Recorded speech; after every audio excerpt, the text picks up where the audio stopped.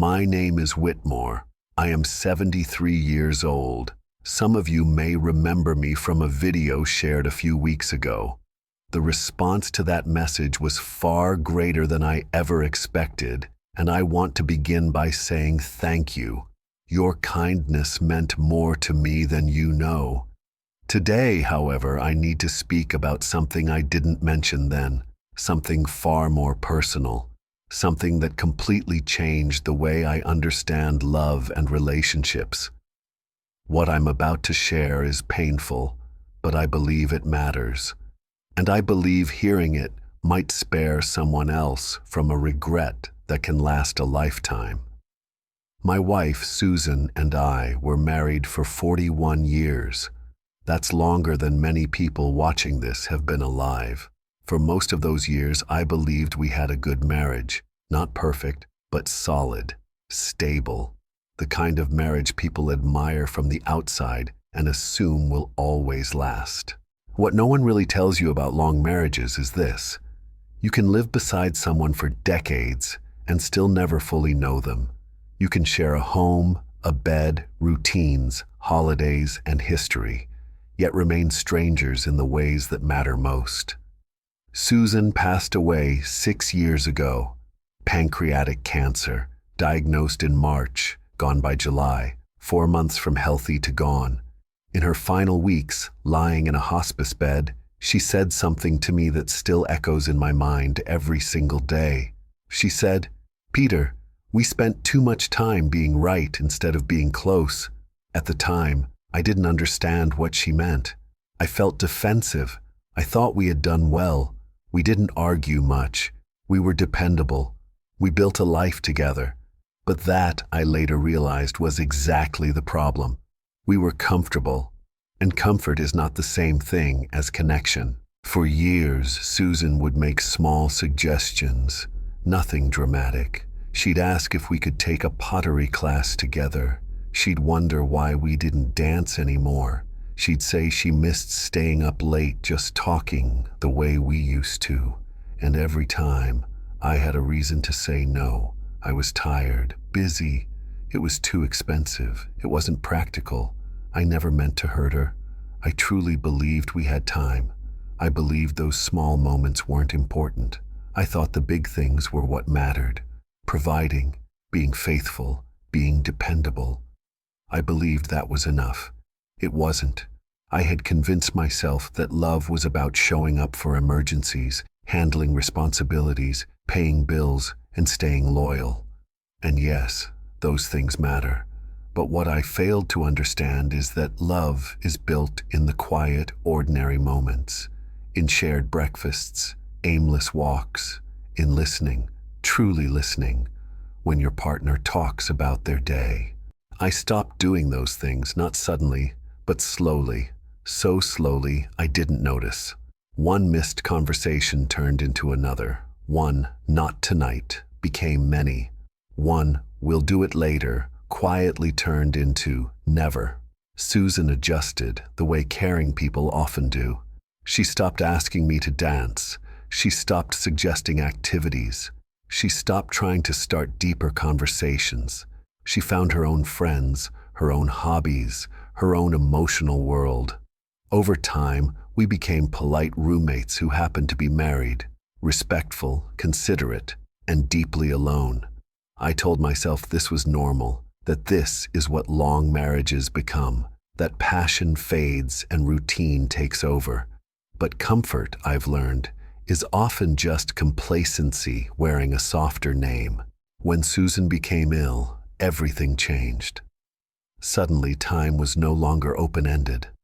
Suddenly, all the things I assumed we'd do someday had an expiration date. In those final months, we spoke more honestly than we had in decades. She shared dreams she had quietly let go of, pain she carried without complaint, moments when she felt invisible in her own marriage. One evening, a few weeks before she passed, she told me about a trip she had always wanted to take to Scotland. Her grandmother was from there. She dreamed of walking through the Highlands, visiting small villages, understanding her roots. She had mentioned it to me many times over the years. Each time I dismissed it. Too costly. Poor timing. Maybe after retirement. We never went. She wasn't angry when she told me this. That was the hardest part. She sounded resigned, as though she had accepted long ago that I wasn't going to meet her there. I asked why she hadn't pushed harder, why she didn't insist. She said, I didn't want to force you. I wanted you to want it too. That sentence shattered something inside me. She didn't want obligation. She wanted shared excitement. She wanted me to care because it mattered to her. Here's what I've learned, and I hope you hear this clearly. The greatest danger to a relationship isn't infidelity or explosive arguments or dramatic betrayals. It's indifference. It's taking one another for granted. It's the slow fading of intimacy that happens when effort quietly disappears. You stop asking questions because you think you already know the answers.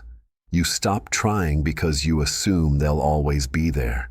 You keep postponing connection because you believe there's plenty of time, until there isn't. After Susan passed, I found a journal in her nightstand. She had been writing in it for years. Reading it felt like meeting someone I had lived with but never truly seen. She wrote about loneliness, about feeling unheard, about moments when I was physically present but emotionally absent, about choosing work, distractions, and comfort over closeness. She also wrote about love, about the man she married, about hoping that version of me would return, about trying to reach me and not knowing how. I was right beside her all those years. We shared a bed every night, and yet emotionally, I might as well have been worlds away. What hurts the most is that none of this was done with cruelty. I wasn't unkind. I was simply inattentive. I believed that doing nothing wrong was the same as doing things right. But relationships don't end from a single failure. They erode through countless small neglects. If you are in a relationship right now, ask yourself this. When was the last time you had a real conversation with your partner? Not about schedules or responsibilities, but about hopes, fears, and dreams. When was the last time you did something simply because it would make them happy? When was the last time you truly looked at them and felt grateful they were still there? If you can't remember, you may be walking the same path I did. Your partner will not be here forever. One of you will go first, and when that happens, there are no second chances, no postponed conversations, no delayed trips, no unsaid words reclaimed.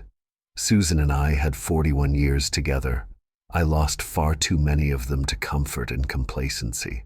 Love is not something you feel once and then stop tending. Love is something you practice daily. It's curiosity that lasts beyond novelty.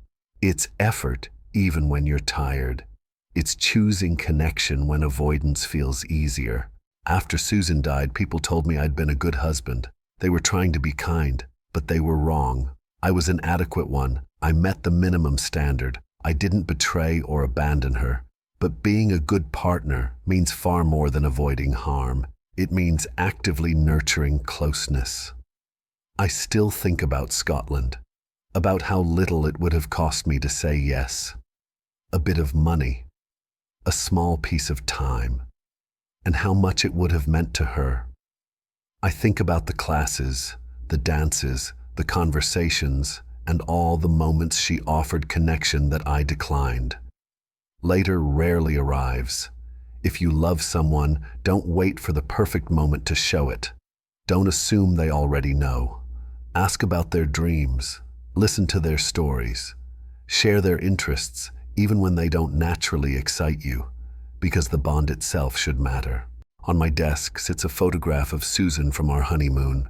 She's laughing, eyes squinting in the sunlight, full of hope. I see the woman she became later, still kind, still beautiful, but carrying a quiet sadness I helped create. She was right. We spent too much time being right instead of being close.